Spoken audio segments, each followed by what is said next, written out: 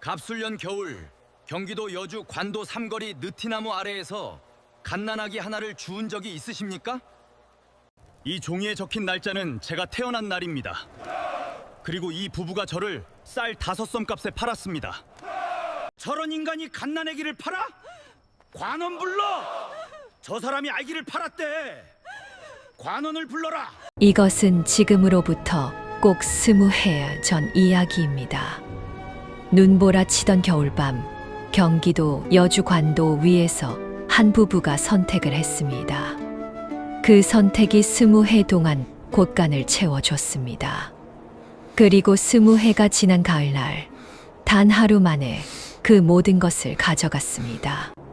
하늘의 장부는 단 한 줄도 지워진 적이 없었습니다. 저는 야담곡간입니다. 지금부터 그 기괴하고 처절한 이야기를 시작합니다.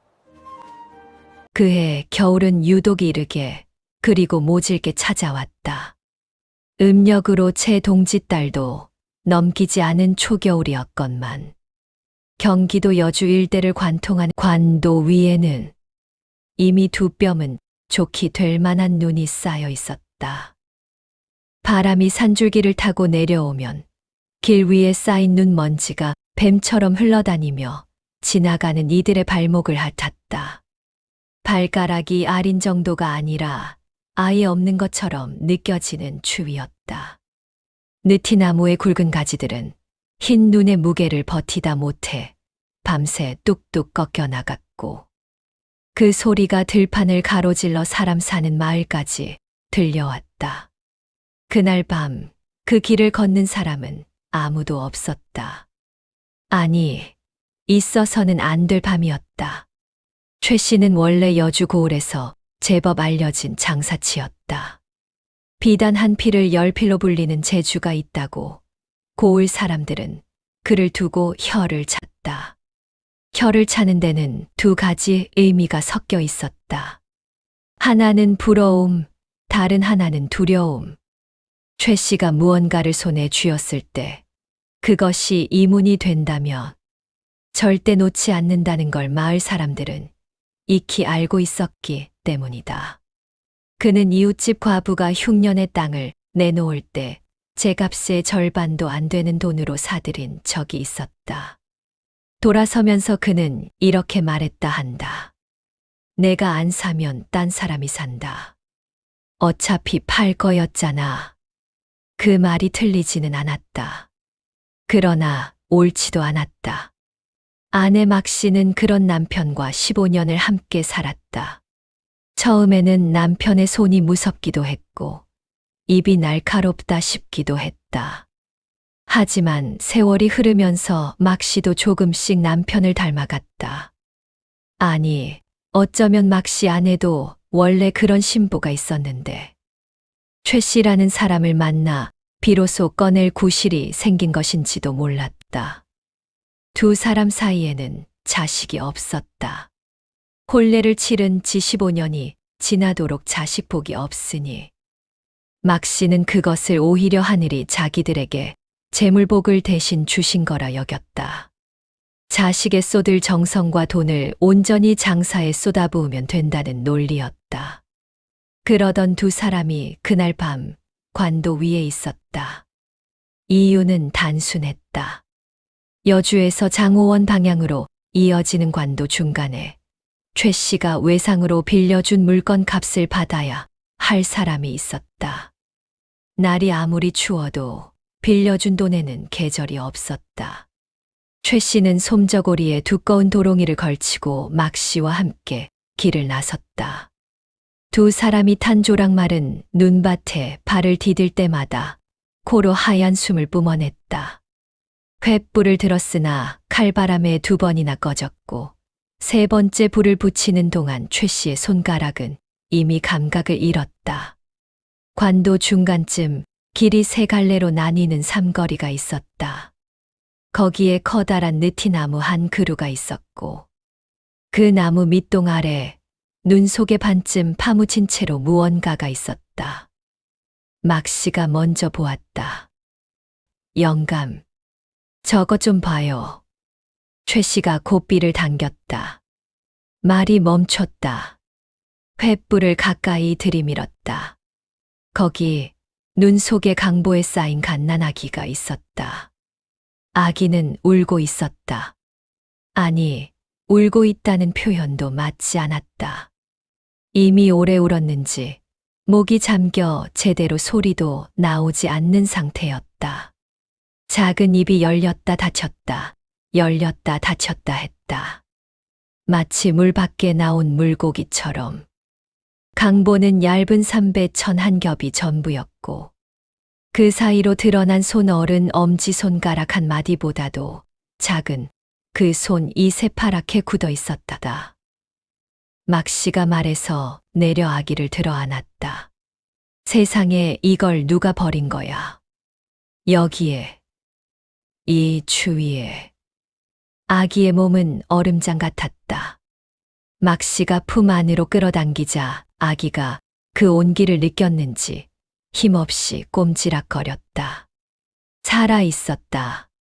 가늘게 그러나 분명히 살아 있었다. 최 씨가 말 위에서 횃불을 들고 내려다보았다. 그의 눈이 아기의 얼굴을 훑었다. 그리고 강보 모서리 쪽을 훑었다. 강보에 무언가 접혀 있었다. 작은 종이 한 장. 최 씨가 말해서 내려 집어들었다. 오래 눈을 맞아 글씨가 번졌으나 횃불에 비추어 간신히 읽을 수 있었다. 이 아이는 갑술년 10월 20날 태어났습니다. 피치 못할 사정으로 품에 품지 못하오나 이 아이를 거두어 주시는 분은 하늘이 점지하신 어른이시니 부디 자식으로 거두어 주십시오. 이 아이 이름은 한솔이라 지었습니다. 최 씨는 종이를 읽고 나서 잠시 서 있었다. 바람이 불어 횃불이 흔들렸다. 막 씨가 아기를 품에 안고 올려다보았다. 영감, 우리 자식 없잖아요. 이게 하늘이 주신 아이 아닌가요? 최 씨는 대답하지 않았다. 그는 눈 속에 발자국 하나 없는 삼거리를 둘러보았다. 이 추위에, 이 시각에, 이 길을 지나는 사람은 자기들밖에 없었다. 즉, 이 아이를 본 사람도 자기들밖에 없었다. 아이의 부모가 누군지, 이 아이의 사연이 무엇인지 아무도 모를 것이었다. 그의 눈동자 속에서 무언가 계산이 시작되었다. 그것은 부성도 아니었고, 연민도 아니었다. 그것은 장사치의 눈이었다. 안고타 최 씨가 짧게 말했다. 자식으로 드리는 거예요. 일단 가져가. 막 씨는 그 말의 뜻을 곧바로 알아들을 수 없었다. 그러나 최 씨의 표정을 보고 더 묻지 않았다. 두 사람은 눈밭 위에 말에 올랐고 그렇게 갓난아기를 데리고 마을로 돌아왔다. 아이는 밤새 막 씨의 품 안에서 천천히 온기를 되찾았다. 다음 날 아침이었다. 눈보라는 잦아들었고 하늘은 낮고 흰빛이었다. 처마 끝에서 고드름이 뚝뚝 떨어졌다. 최 씨는 새벽 딸기 울기도 전에 일어나 마당을 서성였다. 막 씨가 아이를 재우고 나와 남편 옆에 섰다.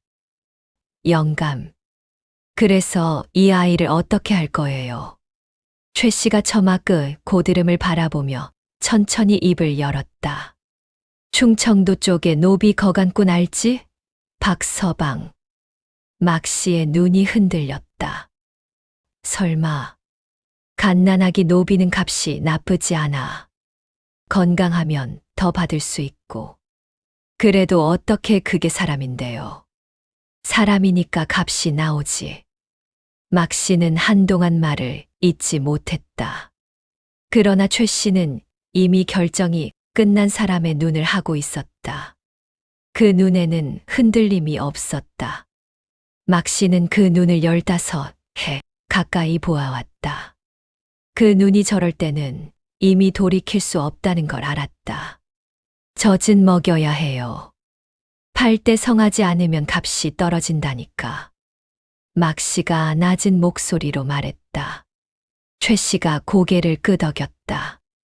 그것으로 결정되었다. 이틀 뒤 충청도 홍성에서 여주 쪽으로 장을 돌아다니던 박서방이라는 거간꾼이 최 씨의 집을 찾아왔다.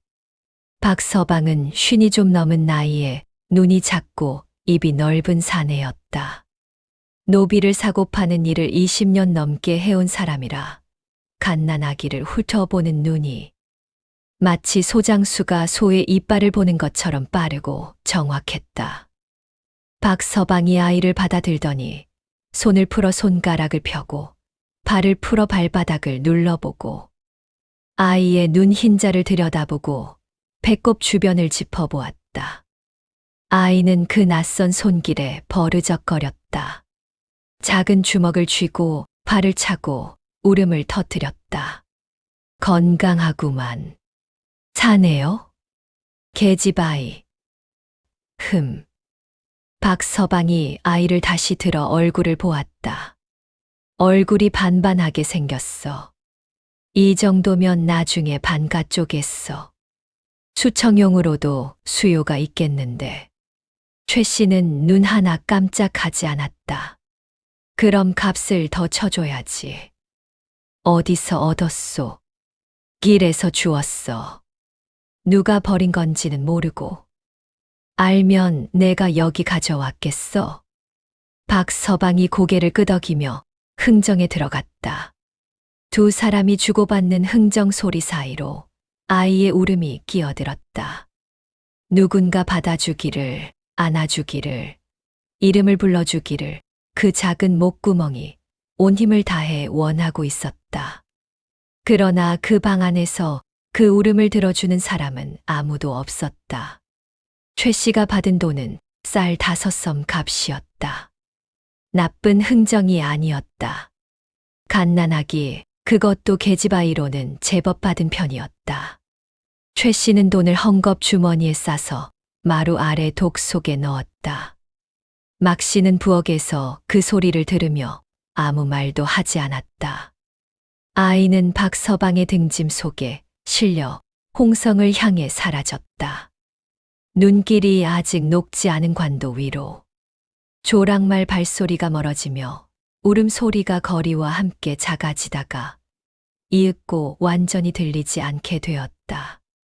막 씨가 부엌문을 열고 그 방향을 바라보았다. 길은 비어 있었다. 차가운 바람이 불어 마당에 눈을 쓸었다. 막 씨는 손을 씻었다. 부뚜막에 불을 지폈다. 솥이 달궈지며 따뜻한 김이 피어올랐다. 그것으로 끝이었다. 혹은 그것으로 시작이었다. 그 이후로 최 씨 부부의 집에는 신기하게도 재물이 불었다. 어떤 마을 사람은 자식 없는 두 부부가 온 정성을 장사에 쏟으니 그게 이문이 되는 것이라 했고, 또 어떤 이는 애초에 그 사람들은 복을 타고났는데 자식이 복을 막고 있었던 것이라고도 했다. 최 씨는 그 어느 말에도 반론을 달지 않았다. 그저 장사를 했다. 봄이 되면 포목을 사서 여름에 팔고, 가을이 되면 곡식을 사서 겨울에 팔았다. 해가 바뀔수록 곳간이 채워졌다. 마을 사람들은 점차 최 씨를 두 가지 방식으로 대했다. 앞에서는 굽실거리고 뒤에서는 욕을 했다. 그게 세상의 이치였다. 그러나 그해 겨울, 눈보라 속 느티나무 아래 작고 새파란 손을 허공에 뻗었던 아이는 세상 어딘가에서 살아있었다. 이름도 모르고 어미도 모르고 자신이 어디서 왔는지도 모른 채. 그러나 살아있었다. 그리고 하늘은 그 아이가 살아있다는 것을 알고 있었다. 최 씨 부부의 장부에 적힌 쌀 5섬 값이 하늘의 장부에도 그대로 옮겨 적힌 날이었다. 어리석은 자는 하늘의 장부를 보지 못합니다. 그러나 하늘의 붓은 한 번도 멈춘 적이 없었습니다. 7년이라는 시간은 어떤 사람에게는 부드럽게 흘러가고 어떤 사람에게는 칼날처럼 파고든다. 최 씨 부부에게 그 7년은 부드럽게, 아주 부드럽게 흘렀다. 여주에서 시작된 장사는 점차 그 발이 넓어져 이제는 충청도 일대까지 뻗어 있었다. 최 씨는 더 이상 조랑말 한 마리의 짐을 싣고 혼자 관도를 누비는 장사치가 아니었다. 짐꾼 셋의 말 두 피를 부리는 중간 상인으로 올라섰고 여주 고을 장터 한켠에 제 이름으로 된 가게를 냈다. 가게 이름은 최씨 포목전. 간판을 올리던 날 최 씨는 혼자 술을 한 잔 마셨다. 기쁨이라기보다는 당연한 것이 당연히 이루어진 자의 얼굴이었다. 막 씨는 그 사이 살이 올랐다. 뺨이 부드럽게 둥그러졌고 걸음걸이에 여유가 생겼다. 흉년에도 새끼를 굶지 않았고 겨울에도 솜이 두텁게 들어간 겹저고리를 입었다. 마을 안악들이 우물가에서 수군거렸다. 최 씨 마님은 사주가 세. 자식을 못 낳아도 저렇게 팔팔하니 자식이 복을 뺏어가는 게 맞나 봐.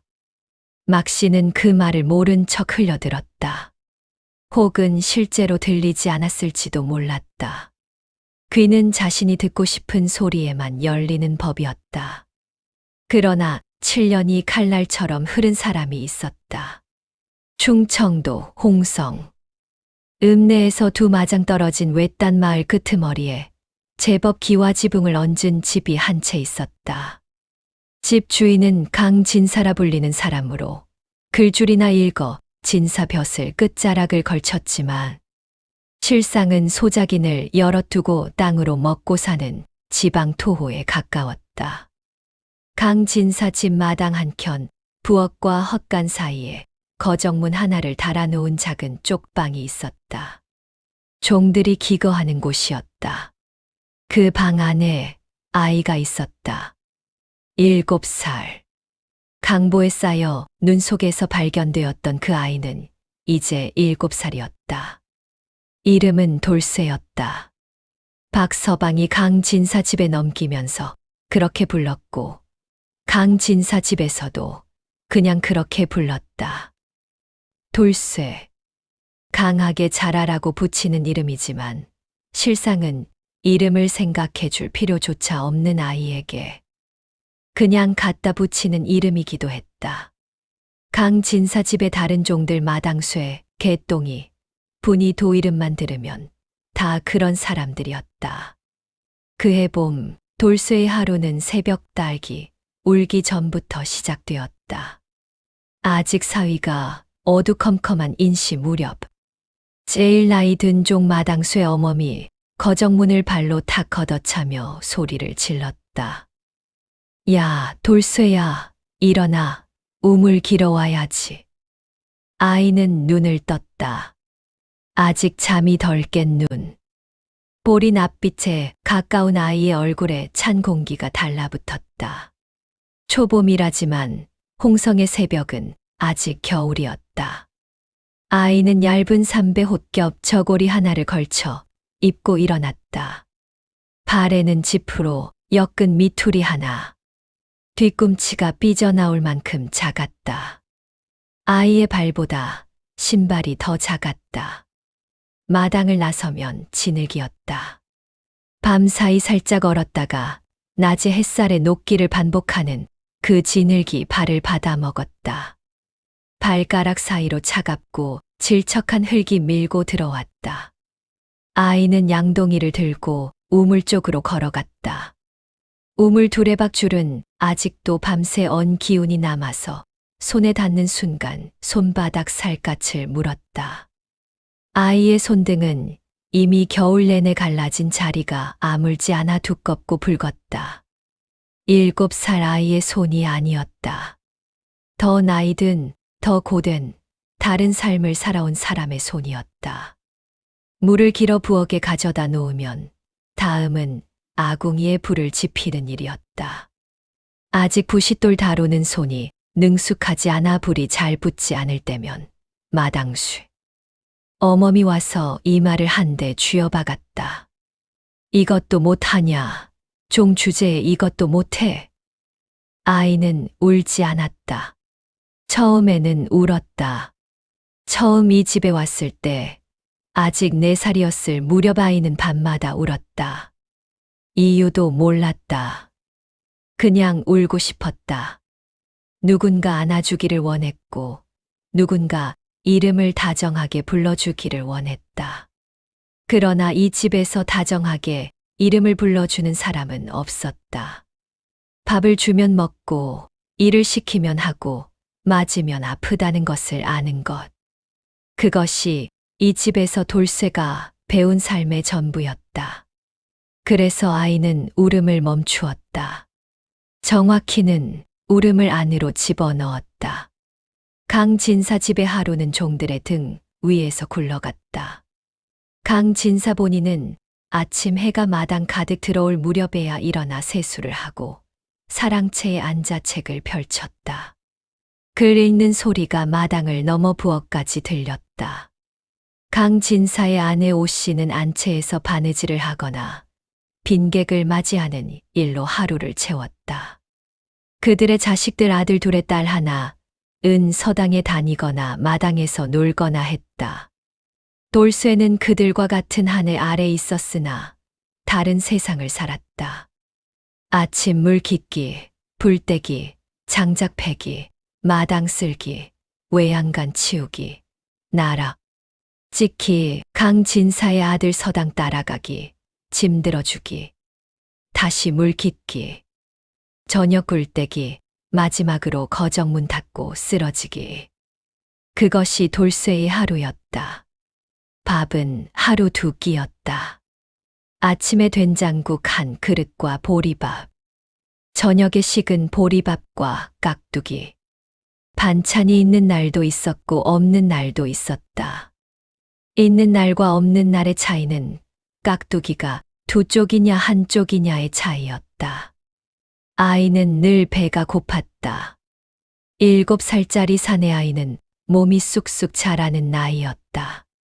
배는 자라는 속도만큼 빈 공간을 원했다. 그러나 그 공간을 채워주는 사람은 없었다. 아이는 배고픔도 안으로 집어넣는 법을 배웠다. 그해 봄, 하루는 강진사 집 큰아들 강복, 이 사랑채 뒷곁에서 돌쇠를 불렀다. 야, 돌쇠. 이리 와봐. 돌쇠가 달려갔다. 강복의 손에는 참외 하나가 들려 있었다. 어디서 났는지 모를 아직 이른 봄에 보기 드문 참외였다. 강복이 참외를 돌쇠 코앞에 들이밀었다. 먹고 싶냐? 돌쇠의 눈이 참외에 꽂혔다. 침이 고였다. 그러나 아이는 섣불리 손을 내밀지 않았다. 괜찮습니다. 괜찮긴 뭐가 괜찮아. 눈이 뻘개져 가지고 강복이 킥킥 웃었다. 어디 내 발등을 핥으면 줄게. 정적이 흘렀다. 돌쇠는 강복의 얼굴을 보았다. 그리고 참외를 보았다. 그리고 다시 강복의 얼굴을 보았다. 싫습니다. 강복의 표정이 굳었다. 그는 참외를 뒤로 숨기며 눈을 가늘게 떴다. 야, 너 종이잖아. 종이 싫다고 하면 어떡해. 종이라도 발은 못하겠습니다. 강복이 손에 들고 있던 참외를 돌쇠에게 힘껏 집어 던졌다. 참외가 돌쇠의 이마를 스치며 땅에 떨어져 반으로 쪼개졌다. 노란 속살이 드러났다. 건방진 종놈 같으니라고 어머니한테 일러줄 거야. 강복이 발을 구르며 안채로 들어갔다. 돌쇠는 쪼개진 참외를 내려다보았다. 바닥에 떨어진 참외 속살에서 달콤한 냄새가 피어올랐다. 진흙 냄새와 뒤섞인 그 냄새가 아이의 코를 간지렸다. 아이는 쪼그려 앉아 한참 그 참외를 바라보았다. 그리고 주워 먹지 않았다. 일어섰다. 등을 폈다. 마당 쪽으로 걸어갔다. 그게 전부였다. 오씨가 불렀다. 돌쇠야. 예, 마님. 오 씨는 마루 끝에 서서 팔짱을 끼고 돌쇠를 내려다보았다. 40 중반의 얼굴이었으나 잘 먹고 잘 잔 피부라 팽팽했다. 그 눈에 가벼운 경멸이 실려 있었다. 보기가 내가 버릇없이 굴었다 하더구나. 죄송합니다. 죄송하다고 끝나는 게 아니야. 우리 집에서 밥 먹고 사는 주제의 주인 도련님한테 싫다고 하는 종이 어디 있어. 돌쇠는 아무 말도 하지 않았다. 저녁밥 없어. 알았지? 돌쇠가 고개를 숙였다. 예. 그날 저녁 돌쇠는 밥을 굶었다. 마당쇠 어머니 살그머니 보리밥 한 덩이를 쥐어주려 했으나 오 씨가 보고 있다는 걸 알아채고 다시 걷었다. 밤이 되었다. 거정문을 닫고 누운 돌쇠의 배에서 소리가 났다. 꾸르륵, 꾸르륵. 아이는 무릎을 배에 끌어당기고 웅크렸다. 천장이라기보다는 허름한 석가래가 전부인 머리 위를 바라보았다. 틈새로 별이 보였다. 아이는 그 별 하나를 오래 바라보았다. 무언가를 바라는 기도인지 아무 생각도 없는 멍함인지 아이 자신도 알 수 없었다. 그러나 그 눈 속에는 꺼지지 않은 무언가가 있었다. 한편 경기도 여주의 최 씨 집에서는 그의 봄에도 곳간이 채워졌다. 겨울 내내 사두었던 포목이 봄 장사에서 2배 값을 받았다. 최 씨는 그 이문으로 아랫마을 논 2 마지기를 더 샀다. 막 씨는 새 비단 치마를 맞추었다. 색은 쑥색이었는데 봄볕 아래에서 보면 곱기가 이를 데 없었다. 이웃집 안악이 물었다. 마님, 살림이 점점 느는구먼요. 비결이 뭐예요? 막 씨가 웃으며 대답했다. 비결이 어디 있어요? 그냥 부지런히 사는 거지. 그 말에 거짓이 있었는지는 막 씨 본인도 알지 못했다. 갓난아기를 팔아받은 쌀 5섬값. 그 돈으로 산 초겨울 포목. 그 포목을 봄에 팔아번 이문. 그 이문으로 산 논. 그 논에서 나온 곡식. 그 곡식으로 다시 산 포목. 그것이 어디서 시작되었는지 이제는 막 씨도 더 이상 굳이 떠올리지 않았다. 인간의 기억이라는 것은 불편한 시작점을 감추는데 놀랍도록 능숙하다. 계절은 봄에서 여름으로 넘어갔다. 돌쇠는 8살이 되었다. 강진사 집 부엌 뒷곁에 오동나무에 꽃이 피었다가 지고 논에 물을 댈 때가 되었다. 돌쇠는 이제 혼자 두레박질을 할 수 있을 만큼 팔뚝에 힘이 붙었다. 키도 조금 자랐다.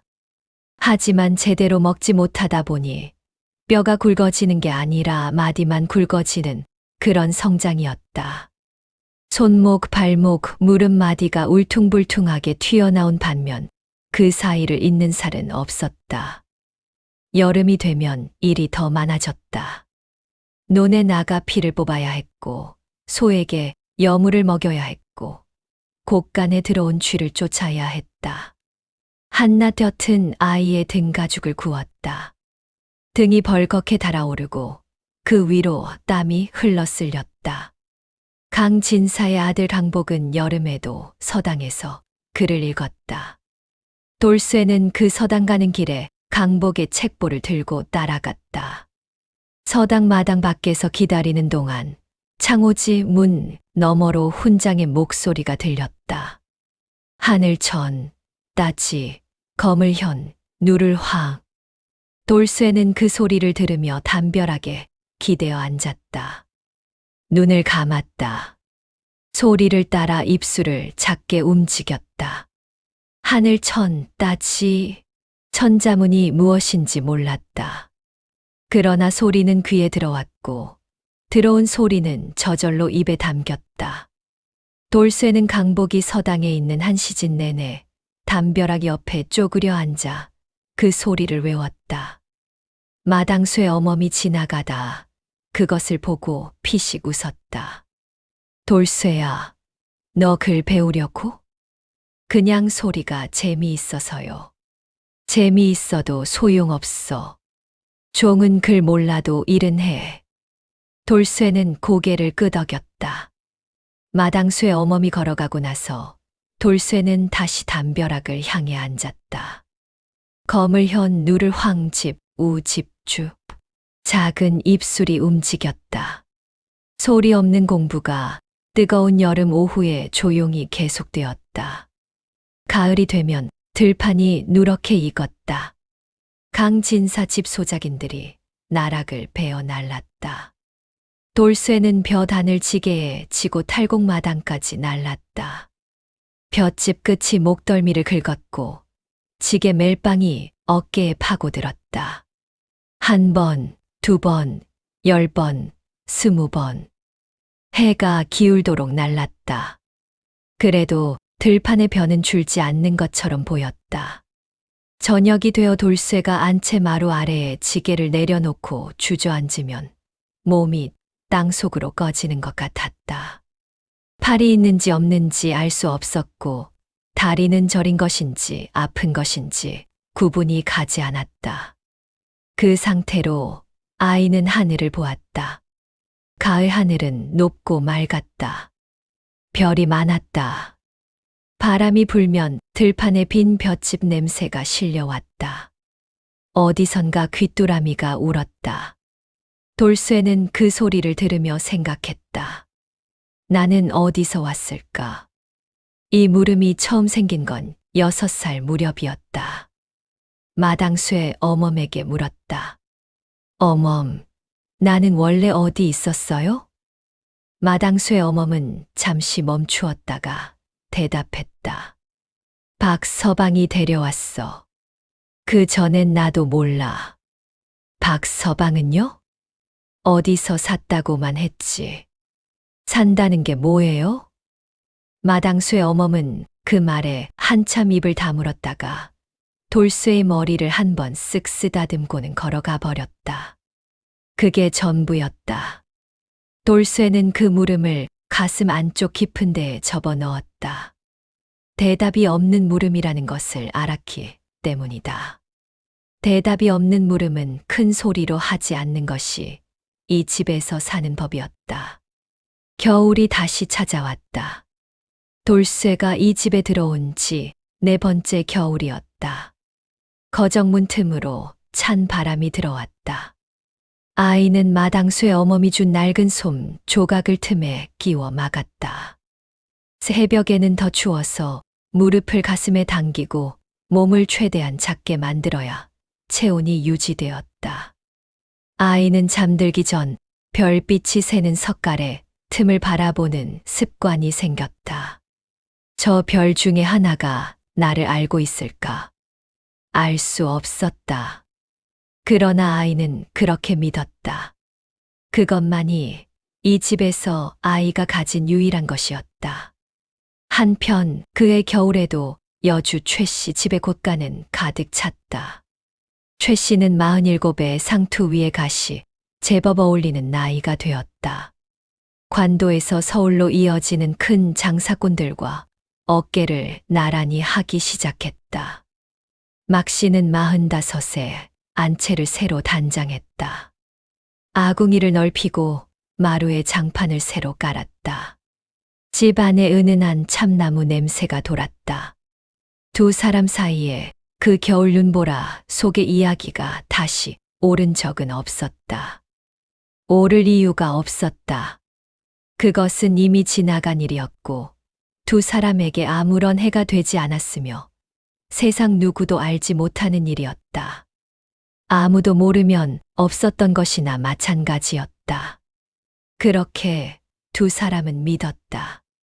그러나 밤이 되면 가끔, 아주 가끔 막씨가 잠에서 깨는 때가 있었다. 이유는 알 수 없었다. 그냥 눈이 떠졌다. 방 안은 조용했고 남편의 숨소리는 일정했고 바깥에는 바람 소리뿐이었다. 그런데 그 바람 소리 안에서 아주 가늘게 아주 희미하게 무언가 우는 소리가 들리는 것 같았다. 막 씨는 이불을 뒤집어 쓰었다. 그리고 다시 눈을 감았다. 봄이 오면 들리지 않는 소리였다. 겨울에만 들리는 소리였다. 그래서 막 씨는 그것을 겨울 바람 소리라고 정했다. 세상에서 가장 무서운 것은 죄를 기억하는 사람이 아닙니다. 죄를 잊어버린 사람입니다. 잊어버린 죄는 사라지는 것이 아니라 단지 하늘의 장부로 옮겨 적힐 뿐입니다. 19살의 돌쇠는 키가 훤칠했다. 제대로 먹지 못한 세월이 15해를 훌쩍 넘었건만 사람의 몸이란 그 척박한 땅에서도 기어코 뿌리를 내리는 법이었다. 돌쇠의 어깨는 지게를 지고 우물물을 깃는 세월 속에서 넓어졌고 손은 장작을 패고 쟁기를 잡는 세월 속에서 두껍고 단단해졌다. 얼굴은 여름볕에 그을려 구릿빛이었으나 그 아래로 윤곽이 뚜렷했다. 코가 오뚝하고 눈이 깊었다. 강진사 집 식구들과 나란히 세워놓으면 생김새만으로는 누가 주인이고 누가 종인지 알 수 없었다. 그것이 오히려 문제가 되는 때가 종종 있었다. 그해 늦여름 강진사 집 사랑채 마당에는 손님이 와 있었다. 홍성읍내에서 포목 장사를 하는 이서방이라는 사람이었다. 나이가 50 안팎이고 배가 나오고 말이 많은 사람이었다. 강진사와 오랫동안 알아온 사이라 시도 때도 없이 드나들었고 올 때마다 술을 한 동이씩 들고 왔다. 이서방이 사랑채 마루에 앉아 마당을 내다보다가 장작을 패고 있는 돌쇠를 보았다. 도끼가 내려올 때마다 장작이 두 쪽으로 갈렸다. 한 번에 정확하게 소리가 시원스러웠다. 이서방이 강진사에게 낮은 목소리로 물었다. 저 사내가 댁종이요? 강진사가 부채를 흔들며 고개를 끄덕였다. 돌쇠라고. 어릴 때 들인 놈인데 일은 제법 해. 얼굴이 예사롭지 않은데. 이서방이 눈을 가늘게 떴다. 어디서 났소? 집안이 어디요? 그걸 알면 내가 종으로 썼겠나. 그냥 거간꾼한테 샀어. 어릴 때부터 거간꾼한테. 이서방이 중얼거렸다. 얼굴만 보면 반가 자식이라 해도 믿겠는데. 강진사가 피식 웃었다. 반가 자식이면 어떻고 종 자식이면 어때? 일 잘하면 그만이지. 이서방이 더는 말하지 않았다. 그러나 그 눈이 한참 돌쇠 쪽을 향해 머물러 있었다. 돌쇠는 그 시선을 느꼈다. 오래 종 노릇을 하다 보면 시선에 민감해진다. 주인이 자신을 보는 시선과 손님이 자신을 보는 시선과 마을, 사람들이 자신을 보는 시선이 각각 다르다는 걸 몸으로 안다. 그 시선들 사이에서 어떻게 서 있어야 하는지를 가르쳐 주는 사람은 없었다. 그냥 살면서 터득했다. 이서방의 시선은 그 어느 것과도 달랐다. 무언가를 알아보는 눈이었다. 돌쇠는 장작을 패면서도 그 시선이 불편하지 않았다. 오히려 이상하게도 가슴 어딘가가 아주 미세하게 흔들리는 것 같았다. 이 사람이 나를 안다. 그 생각이 어디서 왔는지 몰랐다. 그러나 그것은 직감이었고 돌쇠는 19해의 삶 속에서 자신의 직감이 틀린 적이 별로 없다는 것을 알았다. 그날 저녁 이서방이 돌아가려고 살인문을 나서는 길에 돌쇠와 마주쳤다. 돌쇠가 물을 길어오는 길이었다. 두 사람이 좁은 길목에서 마주섰다. 돌쇠가 고개를 숙였다. 손님, 조심히 가십시오. 이서방이 걸음을 멈추었다. 잠시 돌쇠의 얼굴을 들여다보았다. 이름이 뭐라 했지? 돌쇠입니다. 응, 돌쇠. 이서방이 입안에서 그 이름을 굴렸다. 마치 다른 이름과 비교해보는 것처럼. 너 나이가 몇이냐? 19입니다. 이서방이 눈을 가늘게 떴다. 19. 그럼 갑술년생이겠구나. 돌쇠가 멈추었다. 저도 잘 모릅니다. 태어난 해를 모르는구나. 이서방이 고개를 끄덕이며 중얼거렸다. 그래, 모르겠지. 그 말이 이상했다. 그렇겠지나 그럴 수 있지가 아니라. 그래, 모르겠지. 마치 알고 있는 사람이 모를 수밖에 없는 사정을 이미 알고 있다는 듯한 말이었다. 돌쇠가 고개를 들어 이서방을 보았다. 이서방이 시선을 피했다. 잘 있거라. 그는 빠른 걸음으로 살인문 밖으로 나갔다. 돌쇠는 그 뒷모습을 보았다. 뒷모습이 좁은 골목 너머로 사라질 때까지. 그날 밤 돌쇠는 잠을 이루지 못했다. 석갈의 틈으로 별이 보였다. 여름 별은 많고 밝았다. 어릴 때부터 올려다보던 그 별들이었다. 돌쇠는 천천히 생각을 정리했다. 갑술년생. 이서방이 그 말을 어떻게 알았을까? 강진사가 말했을 리 없었다. 강진사도 돌쇠의 태어난 해를 알지 못했다. 박서방에게 살 때 그냥 어린아이로 샀을 뿐이었다. 그렇다면 이서방은 다른 곳에서 그것을 알았다는 뜻이었다. 나를 아는 사람이 어딘가에 있다. 그 생각이 아이의 가슴 깊은 곳에서 거의 죽어가던 불씨 하나를 건드렸다. 19해 동안 돌쇠는 자신의 시작이 어디인지를 알고 싶다는 생각을 꾹꾹 눌러왔다. 대답이 없는 물음은 하지 않는 것이 이 집의 법이라는 걸 알았기 때문이다. 그러나 그 물음이 가슴 안에서 완전히 죽은 적은 없었다. 겨울 눈 아래 풀씨처럼 살아있었다. 그리고 이제 누군가가 그 씨앗 위에 눈을 살짝 걷어낸 것 같은 느낌이 들었다. 사흘이 지났다. 이서방이 다시 강진사 집을 찾아왔다. 이번에는 술이 아니라 마른 북어 한 두름을 들고 왔다. 강진사와 사랑채에서 한 시즌쯤 이야기를 나누고 나서는 마당을 가로질러 부엌 쪽으로 걸어왔다. 돌쇠는 마침 부엌 옆 장독대를 닦고 있었다. 이서방이 주위를 한번 둘러보았다. 아무도 없었다. 그는 돌쇠 옆에 서서 아무렇지 않게 장독대를 바라보며 낮은 목소리로 말했다. 사흘 동안 생각했다. 돌쇠가 손을 멈추지 않으며 답했다. 무엇을요? 너한테 말을 해야 하는지 말지를. 돌쇠가 장독 걸레질을 멈추었다. 이서방이 계속 장독대를 바라보며 말했다. 여전히 낮은 목소리로. 박서방이라고 홍성에서 거간일 하던 사람 알지? 저를 이 집에 데려온 사람. 그래. 그 박서방이 죽기 전에 나한테 말을 했어. 술이 거나하게 취한 날이었는데. 이서방이 잠시 멈추었다.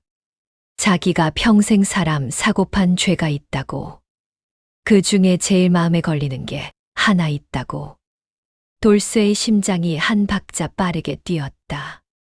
그게 뭔데요? 갓난아기 하나를 경기도 쪽에서 샀다고 했어. 추운 겨울에. 팔던 사람은 부부였는데 길에서 주운 아이라고 했다더군. 이서방의 목소리가 조금 더 낮아졌다. 그 아이를 자기가 강진사한테 팔았다고. 여자아이였는데 이름이 한솔이라는 종이가 강보에 끼워져 있었다더군.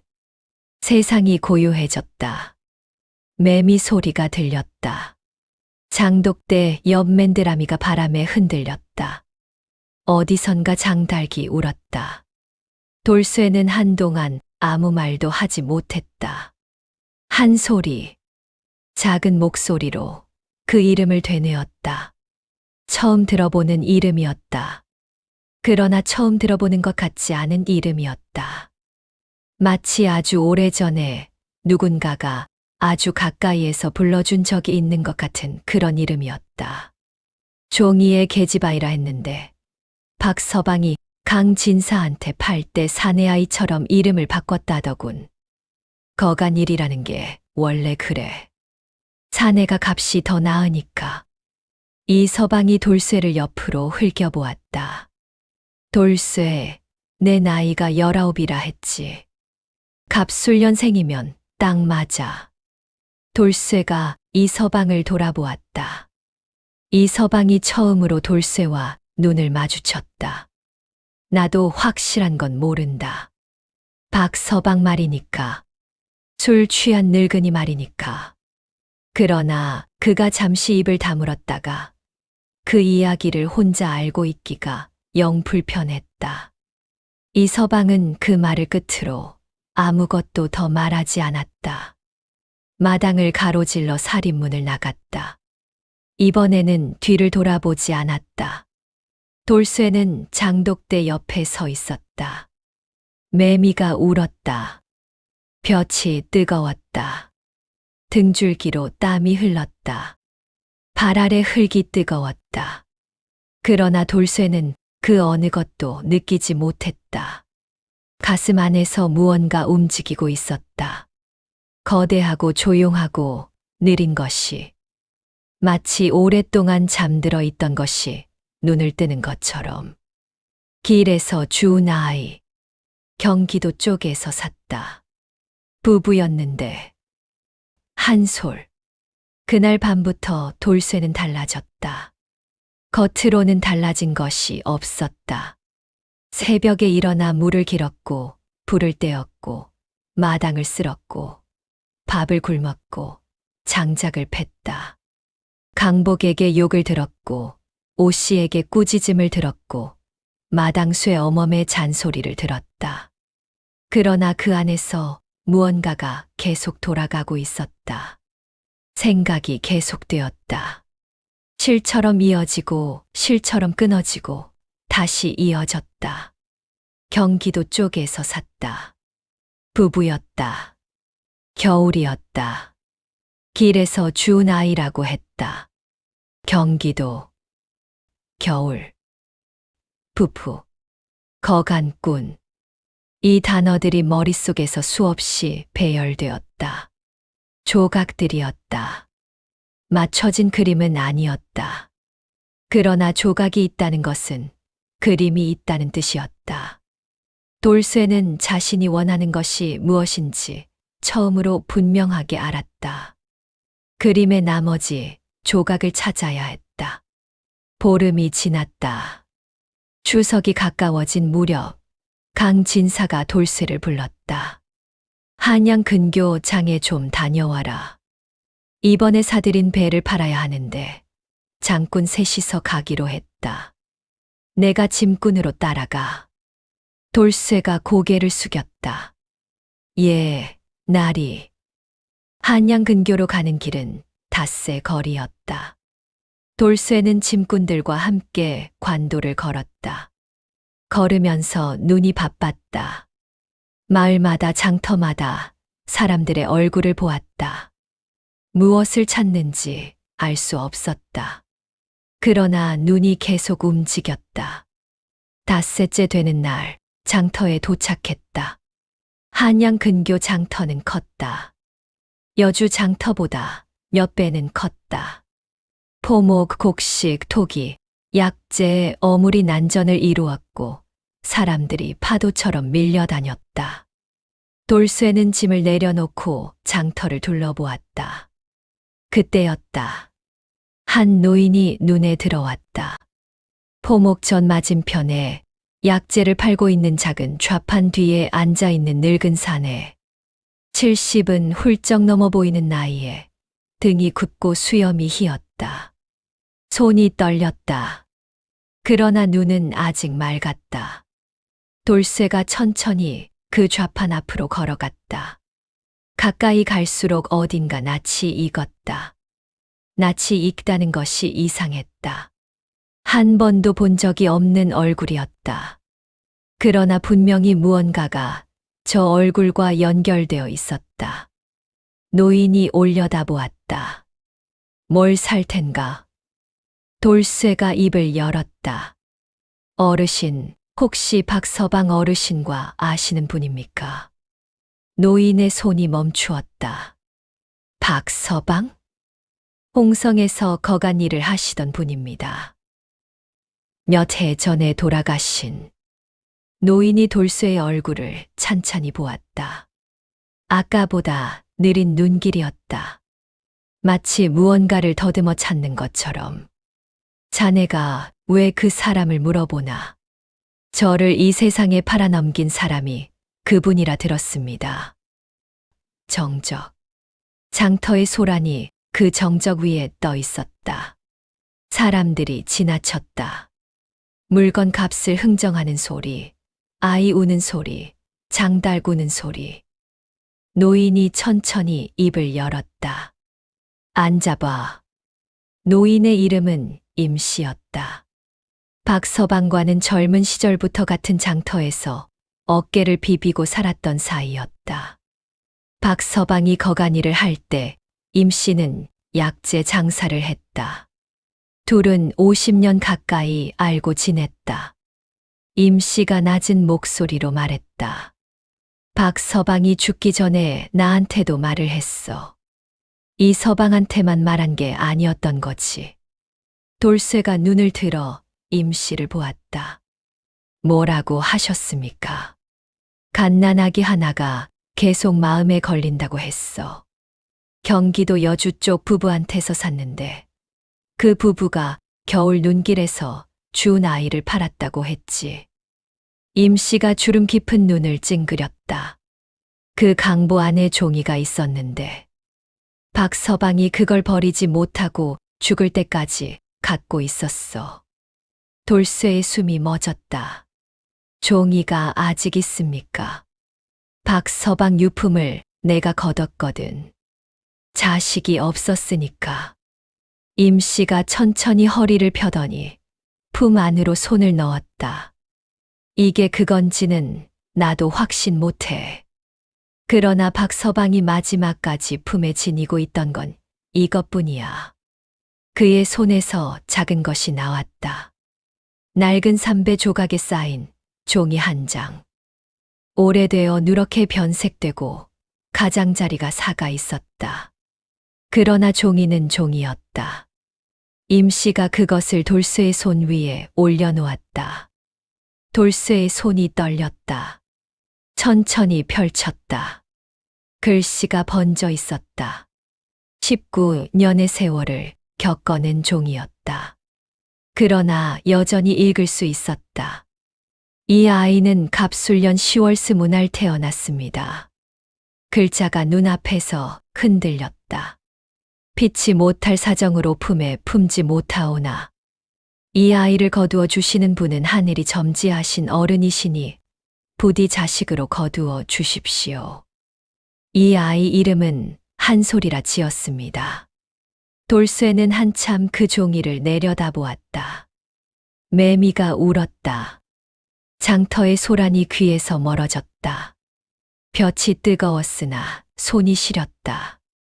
아니, 시린 게 아니었다. 손이 떨리고 있었다. 19해 동안 안으로 접어넣었던 물음이 한꺼번에 몸 밖으로 쏟아지려는 것 같았다. 나는 어디서 왔을까? 내 어미는 누구일까? 누가 나를 버렸을까? 누가 나를 팔았을까? 그러나 돌쇠는 울지 않았다. 손에 힘을 주었다. 종이가 구겨지지 않도록 손을 천천히 폈다. 호흡을 가다듬었다. 장터의 소란이 다시 귀에 들어왔다. 임씨가 돌쇠를 바라보았다. 괜찮은가? 돌쇠가 고개를 들었다. 그 눈 속에 무언가 달라진 것이 있었다. 슬픔이 있었다. 분노도 있었다. 그러나 그 아래에 더 깊은 곳에 조용하고 차가운 결심이 자리 잡고 있었다. 어르신, 그 부부가 경기도 여주 사람이라 하셨습니까? 임 씨가 천천히 고개를 끄덕였다.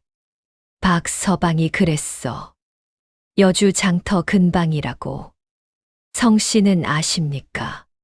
최 씨라고 했어. 최 씨 부부. 최 씨. 여주. 최 씨 부부. 돌쇠는 그 이름을 가슴 깊은 곳에 새겼다. 글자를 모르는 사람이 글자를 새기듯 소리로, 형태로, 무게로 새겼다.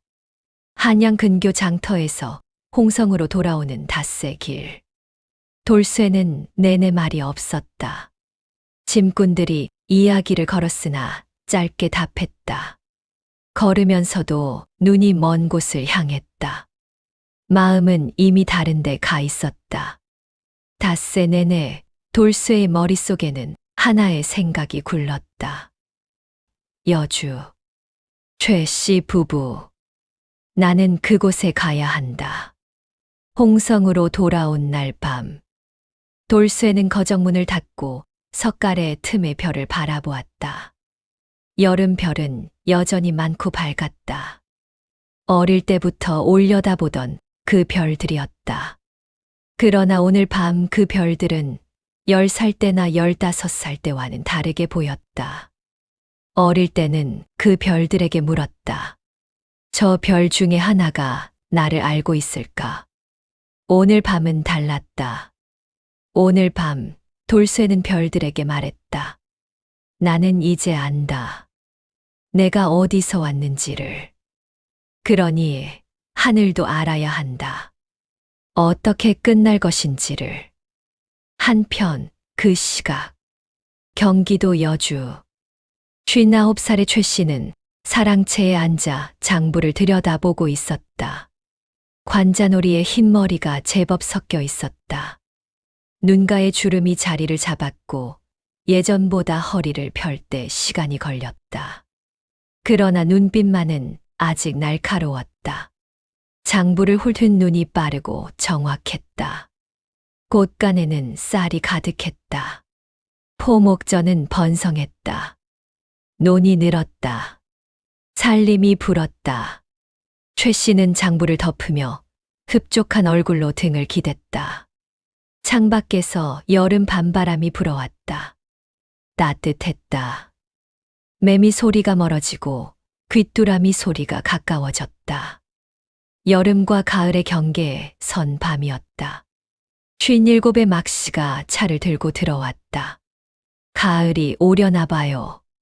저녁 바람이 달라졌어요.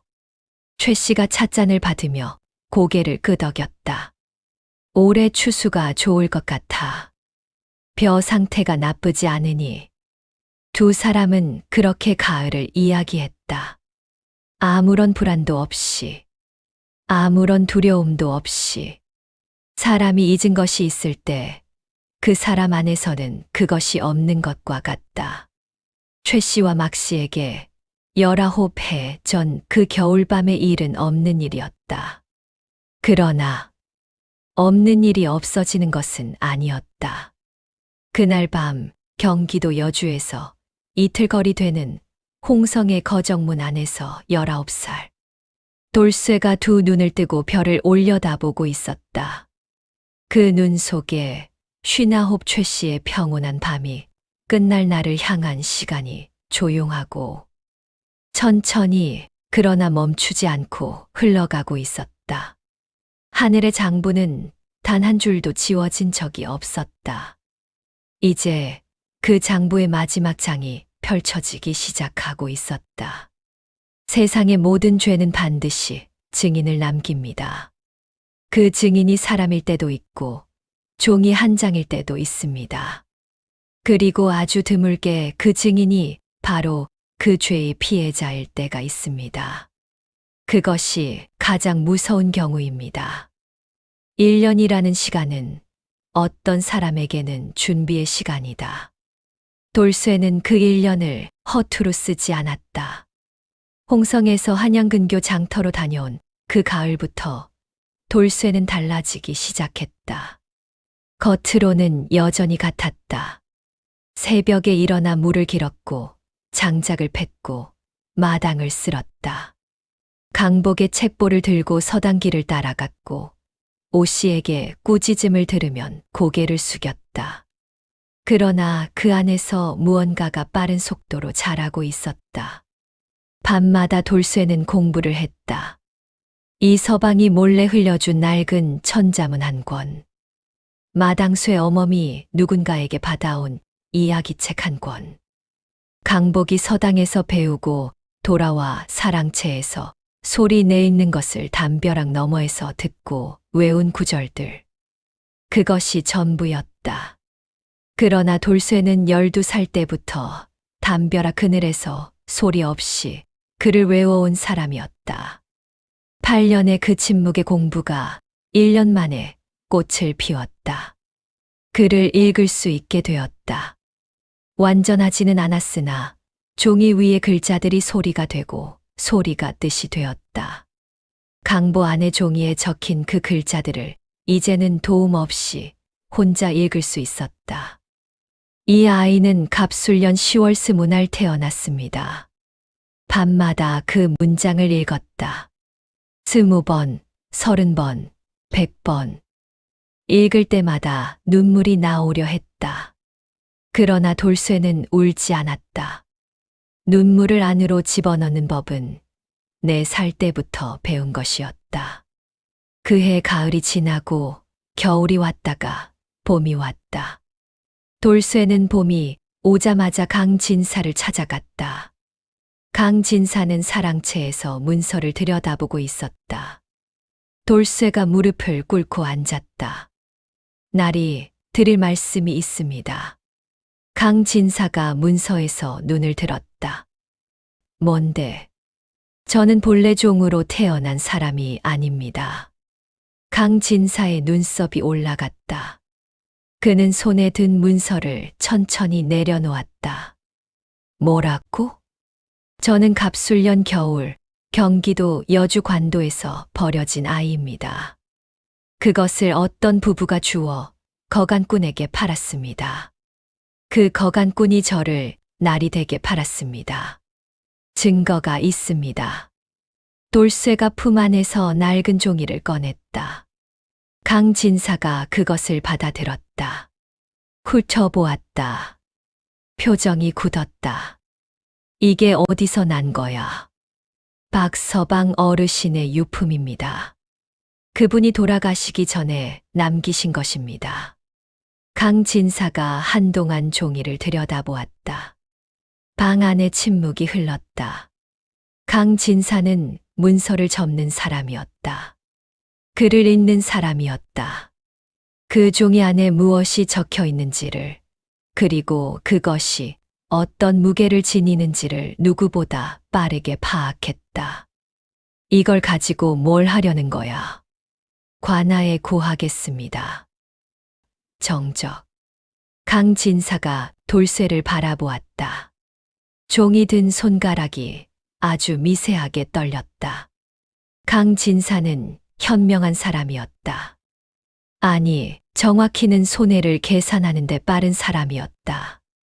만약 이것이 관아로 간다면, 만약 이 종이가 관원 앞에 펼쳐진다면, 그리고 만약 박서방에게서 이 이야기를 들은 증인이 한 명이라도 나타난다면, 자신은 양인의 아이를 종으로 부린 죄가 된다. 그것은 가벼운 죄가 아니었다. 강진사는 긴 침묵 끝에 말했다. 알았다. 내 몸값은 내가 따로 돈으로 쳐주겠다. 그리고 너는 이 집을 나가거라. 돌쇠가 고개를 들었다. 나리. 뭐야? 저는 돈이 필요한 게 아닙니다. 그럼 뭐가 필요해? 저를 이렇게 만든 사람들이 제 앞에서 죄를 인정하는 것이 필요합니다. 강진사가 눈을 가늘게 떴다. 그 사람이 누군데? 여주의 최씨 부부입니다. 봄이 지나고 여름이 왔다. 돌쇠는 강진사 집을 나왔다. 강진사는 끝내 돌쇠를 관아에 데려가지 않았다. 그 대신 입막음으로 돈과 양인 신분을 증명하는 문서를 내주었다. 돌쇠는 그것을 받았다. 거절하지 않았다. 그것도 필요한 것이었다. 강진사 집 살인문을 나서는 그날 아침 돌쇠는 뒤를 돌아보지 않았다. 15해를 살았던 집이었다. 물을 깃던 우물, 장작을 패던 뒷곁, 별을 바라보던 거정문. 그 모든 것을 등 뒤에 두고 걸었다. 발 아래는 봄 진흙이었다. 발을 디딜 때마다 진흙이 찰흙처럼 달라붙었다. 그러나 걸음이 무겁지 않았다. 처음으로 이 발이 자신의 것이라는 느낌이 들었다. 여름이 끝날 무렵 돌쇠는 여주에 도착했다. 여주 장터를 물어물어 찾아왔다. 장터 근방에서 이틀을 묵으며 최씨 포목전의 위치를 알아냈다. 최씨가 어떤 사람인지, 어떤 평판인지, 어떻게 살고 있는지를 장터 사람들에게 자연스럽게 물어서 하나씩 파악했다. 장터 사람들은 최씨를 두 가지로 말했다. 장사 수완은 있지. 그런데 좀 독해. 웃으면서 뼈를 빠는 스타일이야. 살림은 크게 읽었어. 근데 밑에 사람들이 힘들다고들 하더만. 자식도 없이 저 둘이서만 사는데 뭐가 그리 좋은지 맨날 곳간 채우는 게 낙이래. 돌쇠는 그 말들을 들으며 고개를 끄덕였다. 그리고 이틀째 되는 밤, 여주 장터 인근 객주에서 돌쇠는 붓을 들었다. 느리고 서툰 글씨였다. 담벼락 옆에서 훔쳐들은 천자문과 이 서방이 건네준 낡은 책과 1년의 밤 공부로 익힌 글씨였다. 완전하지 않았으나 읽을 수 있는 글씨였다. 그것으로 충분했다. 추석 사흘 전, 여주 고을 대장터가 열리는 날이었다. 추석 대목을 앞둔 5일장은 1년 중 가장 크고 가장 붐비는 날이었다.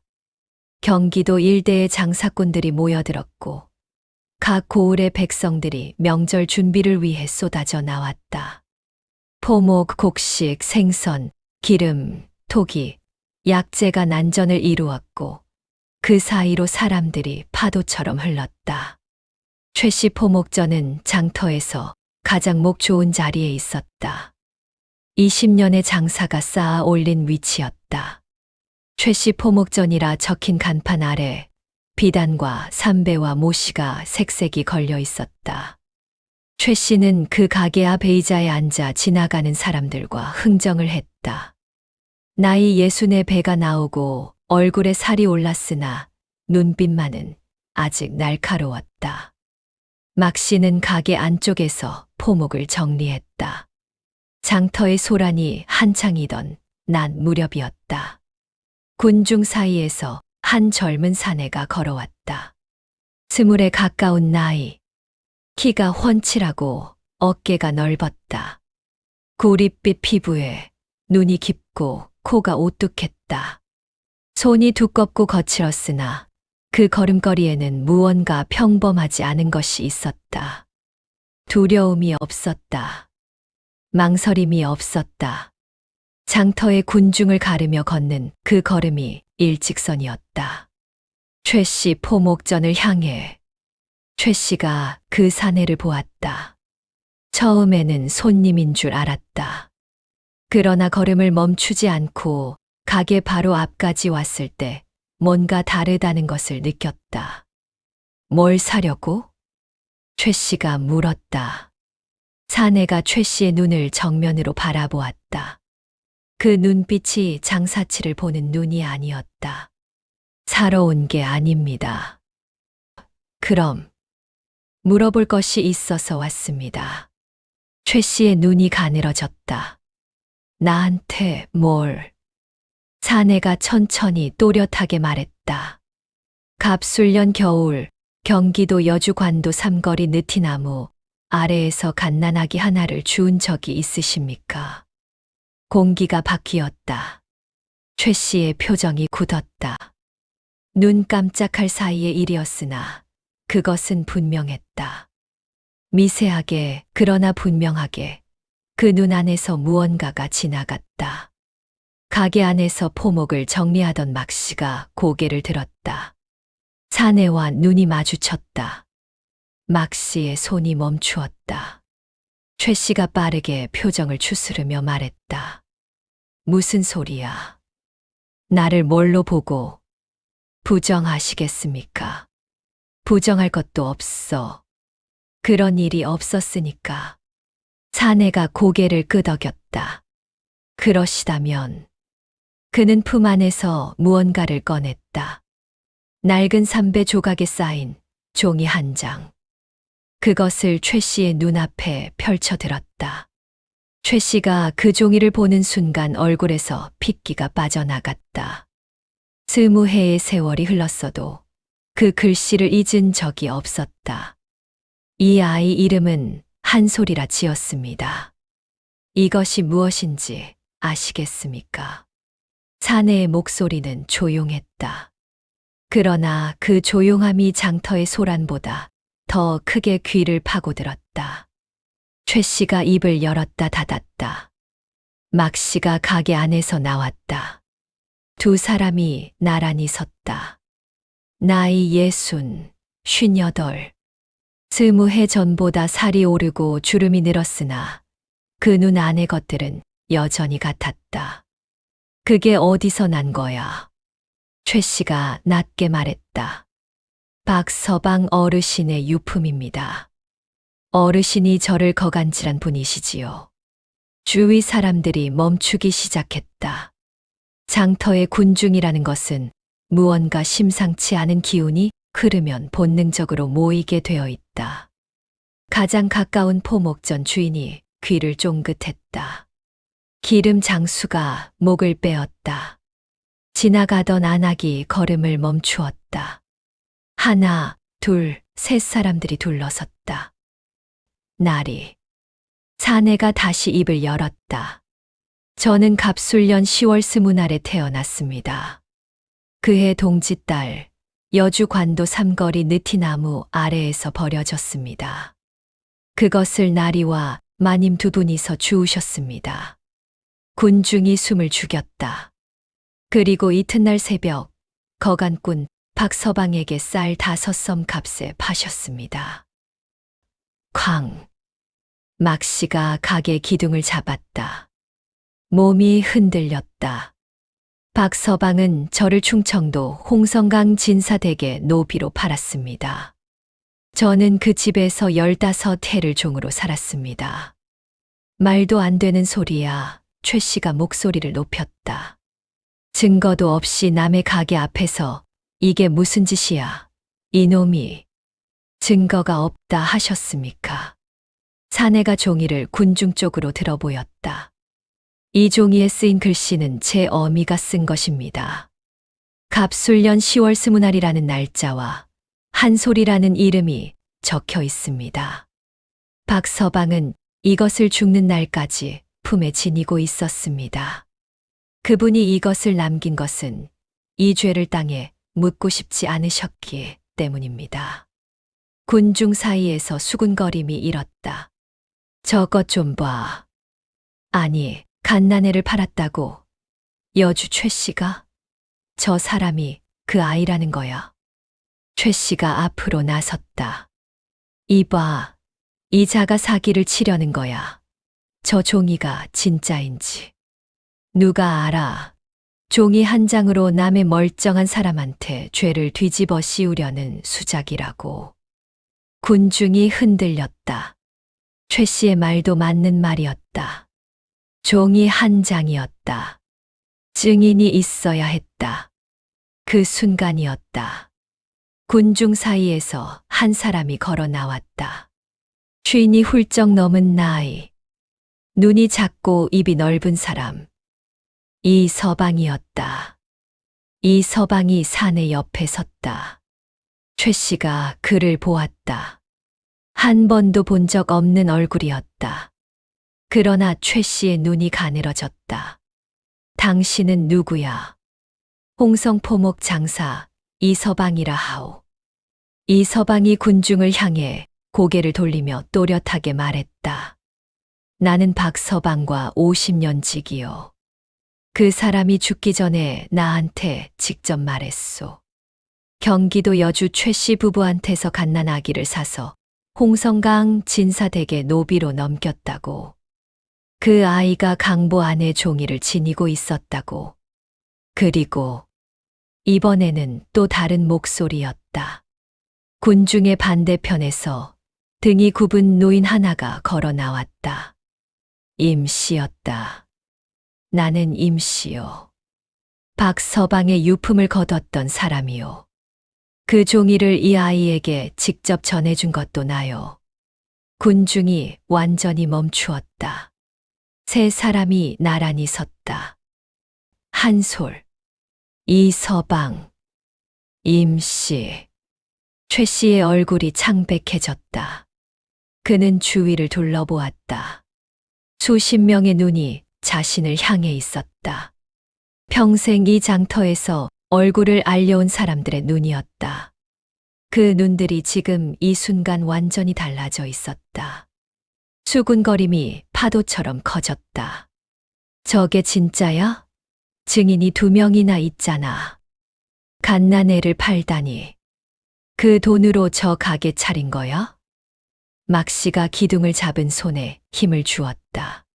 손이 떨렸다. 입술이 떨렸다.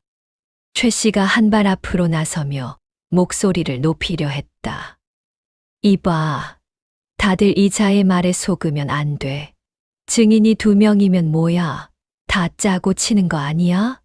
나는 나리. 한솔의 목소리가 그 말을 잘랐다. 조용했다. 그러나 단단했다. 최 씨의 목소리가 저절로 멈추었다. 한솔이 최 씨를 정면으로 바라보았다. 20해를 살아온 눈이었다.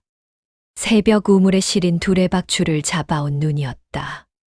굶어도 울지 않던 눈이었다.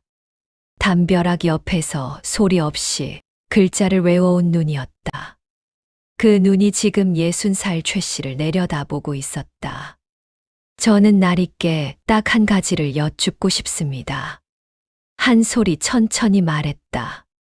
그날 밤 느티나무 아래에서 저를 안아 드셨을 때 제 손이 얼마나 차가웠습니까? 정적.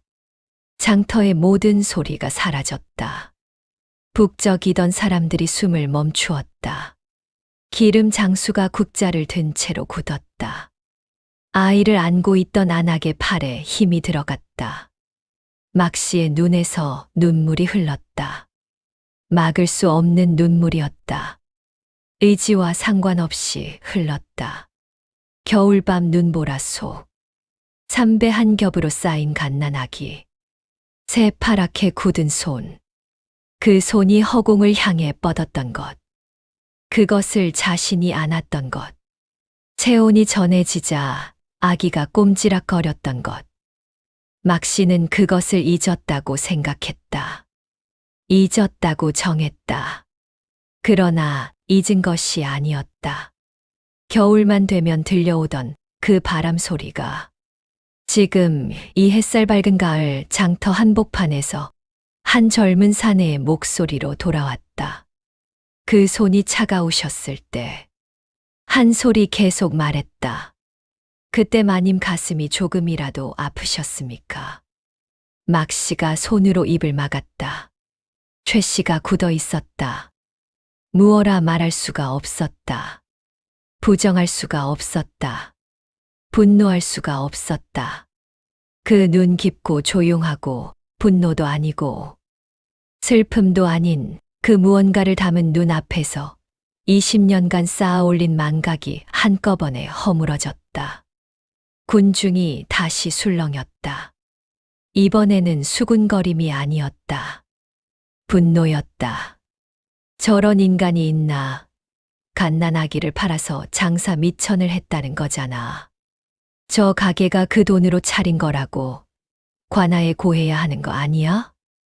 누군가가 소리쳤다. 관원 불러. 관원이 왔다. 장터에 항상 술라를 도는 관원 2명이 군중의 소란을 듣고 달려왔다. 상황을 파악하는 데는 얼마 걸리지 않았다. 증인 2명이 있었고, 종이가 있었고, 군중의 증언이 있었다. 여주 최 씨, 당신을 양인을 노비로 불법 매매한 혐의로 관아에 데려가겠소. 최 씨가 입을 열었다. 그러나 말이 나오지 않았다. 평생 장터에서 말 한마디로 흥정을 이끌어온 사람이었다. 그러나 지금 이 순간 입이 열리지 않았다. 막 씨는 이미 기둥에 기대어 주저앉아 있었다. 관원이 최 씨의 팔을 잡았다. 최 씨의 몸이 앞으로 끌렸다. 그 순간 최 씨가 한솔을 보았다. 한솔은 그 자리에 서 있었다. 움직이지 않았다. 쫓아가지 않았다. 소리치지 않았다. 그저 보고 있었다. 그 눈빛이 분노가 아니었기 때문에 오히려 더 무서웠다. 분노는 감당할 수 있다. 맞받아칠 수 있다.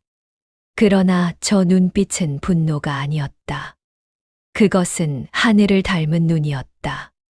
기다린 눈이었다. 20년을 기다린 눈이었다. 최 씨가 관원에게 끌려 군중을 해치며 나갈 때 장터 사람들이 길을 비켰다. 비켜서면서 아무도 말을 걸지 않았다. 아무도 도와주지 않았다. 평생 이 장터에서 인사를 나누고 거래를 해온 사람들이었다. 그러나 지금 아무도 그의 편이 아니었다. 군중은 침묵으로 심판했다. 그것이 어떤 매질보다 무거웠다. 막 씨가 관원에게 부축되어 따라가는 동안 최 씨 포목전의 간판이 장터 바람에 흔들렸다. 20년의 장사가 쌓아 올린 간판이었다. 그 아래 걸린 비단이 바람에 펄럭였다. 색이 고왔다. 가을 햇살에 빛났다. 아무도 사러 오지 않았다. 한솔은 그 자리에서 한참을 서 있었다. 군중이 흩어졌다. 장터의 소란이 다시 시작되었다. 흥정 소리, 발소리, 물건 팔리는 소리. 세상은 아무렇지 않게 돌아갔다. 이 서방이 한솔의 곁에 다가왔다. 됐냐? 한솔이 잠시 생각했다가 고개를 끄덕였다. 됐습니다. 이제 어떻게 할 거야? 한솔이 장터 너머를 바라보았다. 황금빛 벼가 바람에 굽이쳤다. 하늘이 높았다. 구름이 천천히 흘렀다. 모르겠습니다. 잠시 말이 끊겼다. 그러나 처음으로 모르는 것이 무섭지 않습니다. 이 서방이 그 말을 듣고 아무 말도 하지 않았다. 그냥 옆에 섰다. 임 씨도 옆에 섰다. 세 사람이 가을 장터 한복판에 서서 바람이 지나가는 것을 바라보았다. 그날 저녁 장터가 파할 무렵 최 씨 포목전의 비단들이 가을 노을에 물들었다. 붉고 깊고 아름다웠다. 아무도 보지 않는 아름다움이었다. 하늘의 벼락은 번개처럼 치지 않을 때도 있습니다. 때로는 20년을 걸어온 한 사람의 눈빛으로 아무것도 무너뜨리지 않으면서 모든 것을 무너뜨립니다. 관아의 결정은 2달이 걸렸다. 조선의 법은 느렸다. 그러나 느린 만큼 무거웠다. 여주 관아의 원님은 이 사건을 간단히 처리할 수 없었다. 증인이 둘이었고 물적 증거가 있었고 무엇보다 장터 한복판에서 수십 명의 군중이 목격한 일이었다. 소문은 이미 여주 고을 전체에 퍼져나갔고 인근 고을에까지 닿아 있었다. 원님이 이것을 조용히 덮으려 했다가는 그 자신이 욕을 먹을 판이었다. 최 씨는 관아 문초를 받았다. 처음에는 버텼다. 증거가 불충분하다. 죽은 사람의 말을 어찌 증거로 삼느냐. 종이 한 장이 전부 아니냐. 그러나 이틀째 되는 날, 이 서방이 관아에 불려와 진술했다. 임씨가 불려와 진술했다. 홍성강 진사가 서면으로 증언을 보냈다. 자신의 죄를 줄이기 위해 최 씨 부부에게서 노비를 매입한 경위를 소상히 적어 보낸 것이었다.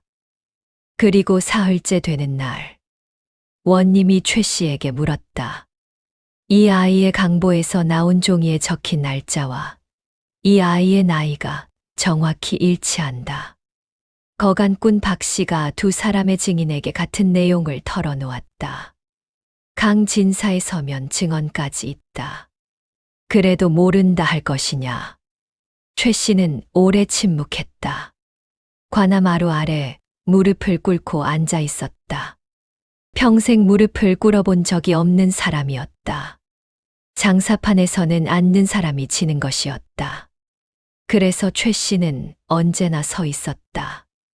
그러나 지금은 무릎이 꿇려 있었다. 그리고 그 무릎 위에 두 손이 놓여 있었다. 평생 돈을 세고 장부를 쓰고 흥정을 하던 손이었다. 그 손이 떨리고 있었다. 인정하오. 목소리가 작았다.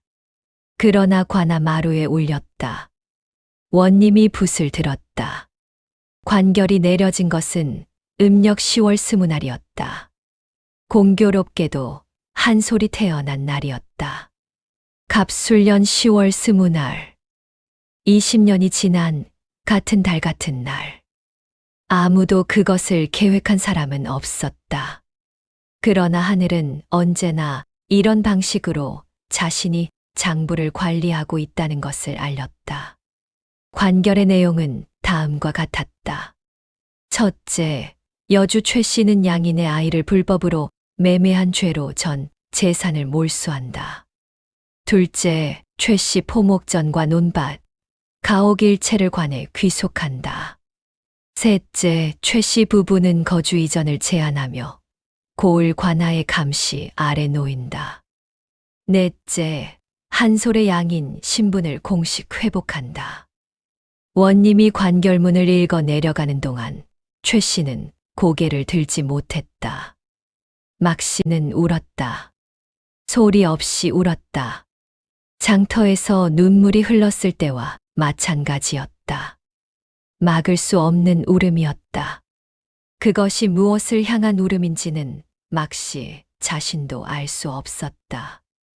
억울함인지, 후회인지, 두려움인지, 아니면 20년 동안 겨울마다 바람 소리인 척 들려오던 그 울음에 이제야 처음으로 대답을 하는 것인지 알 수 없었다. 그저 눈물이 흘렀다. 뺨 위로, 턱 아래로, 옷깃 위로. 관아 문이 열리고 최 씨 부부가 나왔다. 여주 고을 사람들이 관아 앞에 모여 있었다.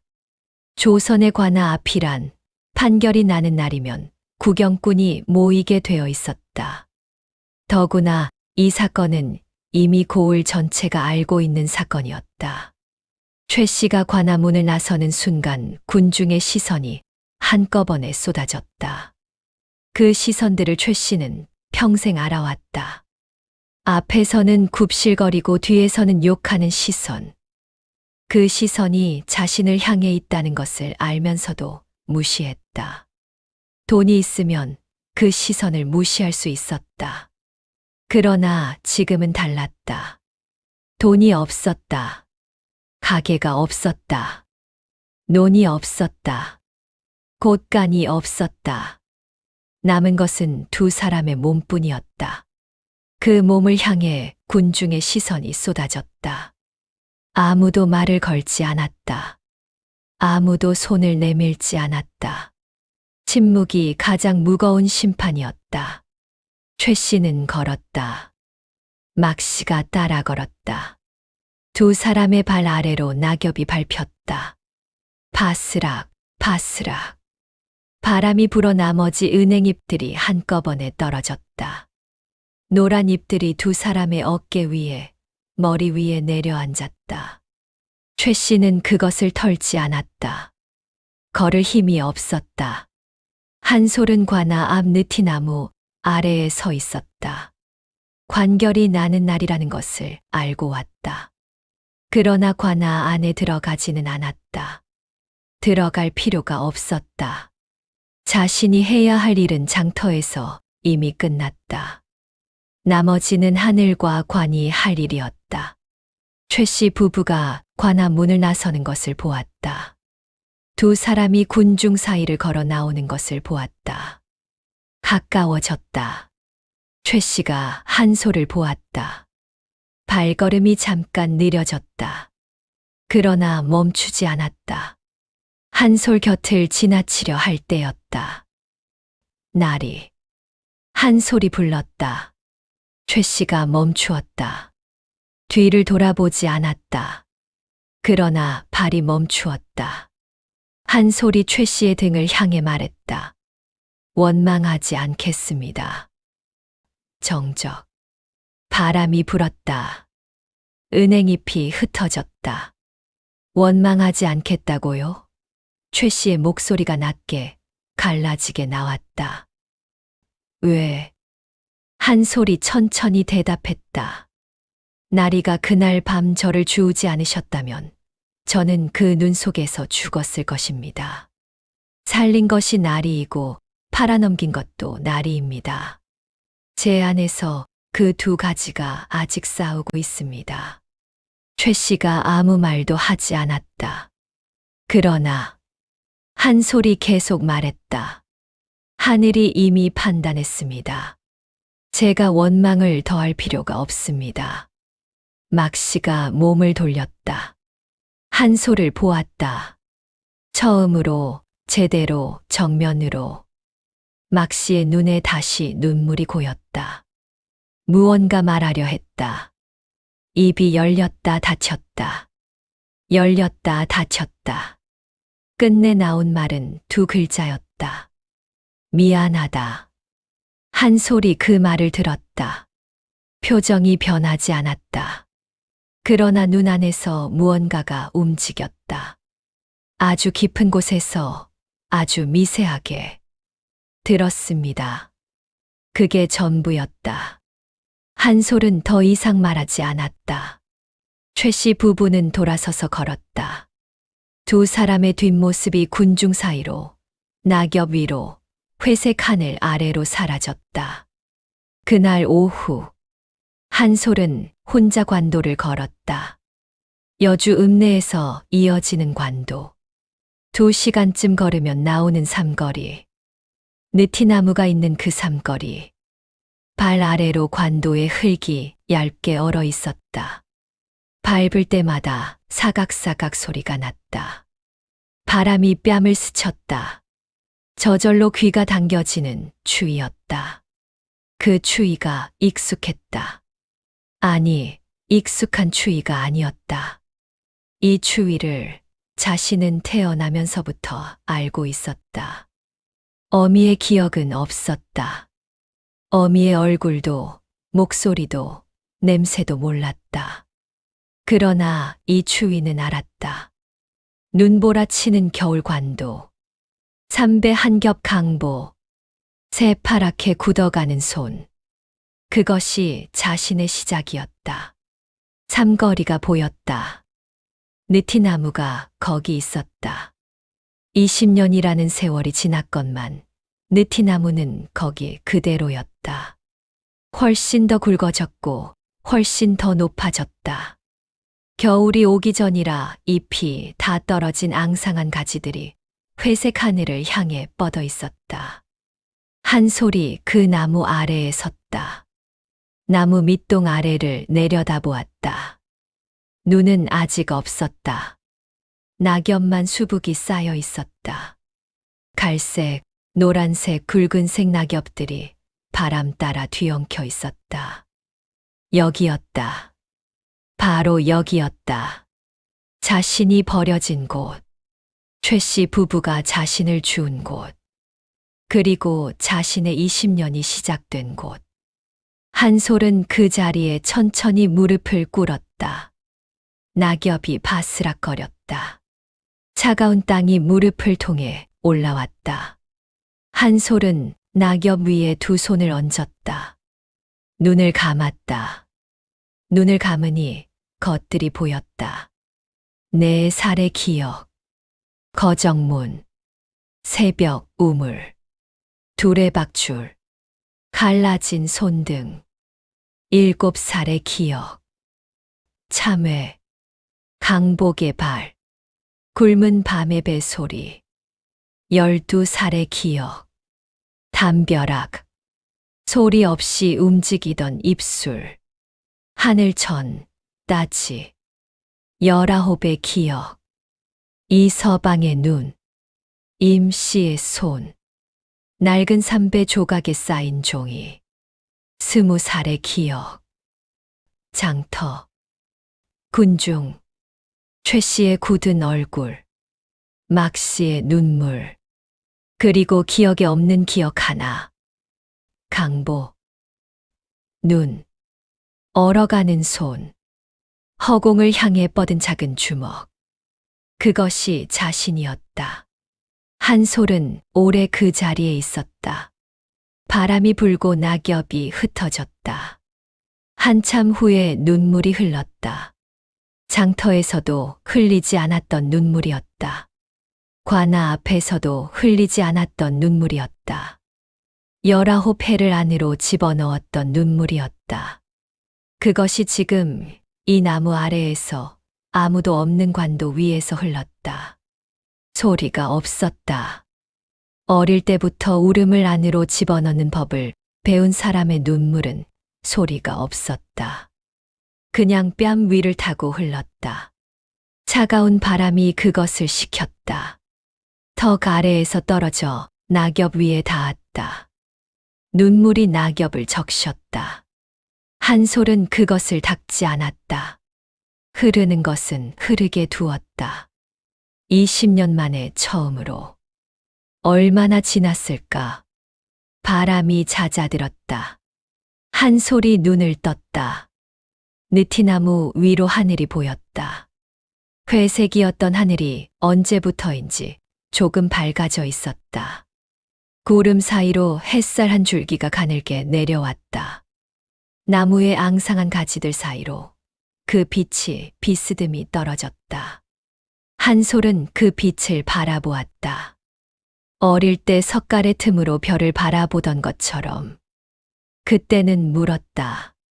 저 별 중에 하나가 나를 알고 있을까? 지금은 달랐다. 지금은 알고 있었다. 하늘은 알고 있었다. 처음부터, 그 눈보라 치던 밤부터 장부에 적힌 것이 하나도 지워지지 않은 채로 하늘은 알고 있었다. 그리고 20년이 흘러 하늘은 그 장부의 마지막 장을 닫았다. 한솔이 천천히 일어났다. 무릎에 낙엽을 털었다. 손으로 뺨을 닦았다. 코를 훌쩍였다. 그리고 처음으로 자신이 어디로 가야 하는지를 생각했다. 이 나무 아래에 서기 위해 20년을 살았다. 이제 다음 20년을 어디를 향해 살아야 하는지를 생각할 수 있게 되었다. 한솔이 관도 위에 섰다. 어느 방향으로 걸어야 하는지 몰랐다. 그러나 괜찮았다. 어릴 때는 모르는 것이 두려웠다. 지금은 모르는 것이 시작이었다. 한솔이 걸음을 내디뎠다. 관도 위의 얼음이 사각거렸다. 바람이 등을 밀었다. 앙상한 느티나무가 뒤에 남았다. 한 걸음, 두 걸음, 세 걸음. 발이 가벼웠다. 20년 만에 처음으로 이 발이 자신의 것이었다. 이 길이 자신의 것이었다. 이 하늘이 자신의 것이었다. 그 무렵 여주 관도 어딘가에서 최 씨 부부는 걷고 있었다. 이제 집이 없었다. 가게가 없었다. 논이 없었다. 곳간이 없었다. 20년 전 두 사람이 갓난아기를 주었을 때 두 손 안에 있었던 것들이 지금 두 손에서 모두 빠져나갔다. 남은 것은 두 몸뿐이었다. 최 씨는 말이 없었다. 막 씨도 말이 없었다. 두 사람이 나란히 걸었다. 낙엽 위를, 얼어가는 땅 위를, 회색 하늘 아래를, 어디로 가야 하는지 아직 몰랐다. 그날 밤, 첫눈이 내렸다. 아주 적었다. 눈이라기보다는 눈발이었다. 관도 위에, 느티나무 위에, 빈 논둑 위에 하얗고 가벼운 것들이 내려앉았다가 녹았다. 20년 전 그 겨울이 다시 돌아오고 있었다. 그러나 이번 겨울에는 버려진 아이가 없었다. 오늘의 이야기를 한 구절로 갈무리하겠습니다. 인과 응보, 심은 대로 거둔다는 말입니다. 그러나 오늘 이야기가 우리에게 가르쳐 준 것은 그것보다 조금 더 깊은 것입니다. 하늘의 장부는 지워지지 않습니다. 잊혀지는 것은 사람의 기억뿐입니다. 최 씨 부부는 20년을 잘 먹고 잘 잤습니다. 그러나 하늘은 단 하루도 그들의 장부를 닫은 적이 없었습니다. 반면 한솔은 20년을 굶고 맞고 잠 못 자고 살았습니다. 그러나 하늘은 그 아이의 이름을 단 하루도 잊은 적이 없었습니다. 세상이 아무도 모른다고 생각할 때 하늘만은 알고 있었습니다. 그것이 오늘 야담이 전하는 말입니다. 마지막으로 여러분께 한 가지 여쭤봐도 될까요? 만약 여러분이 그날 밤 최 씨 부부의 자리에 있었다면, 눈보라치는 관도에서 손 하나 없이 강보에 쌓인 갓난아기를 발견했다면, 여러분은 어떤 선택을 하셨겠습니까? 그리고 혹시 살면서 이건 아무도 모를 거야 라고 생각하며 넘어간 일이 있으셨다면, 지금도 그렇게 생각하십니까? 여러분의 솔직한 이야기를 댓글로 들려주십시오. 야담곶감은 언제나 여러분의 이야기를 기다립니다. 야담곶감을 찾아주신 여러분, 감사합니다. 다음 이야기에서 다시 뵙겠습니다.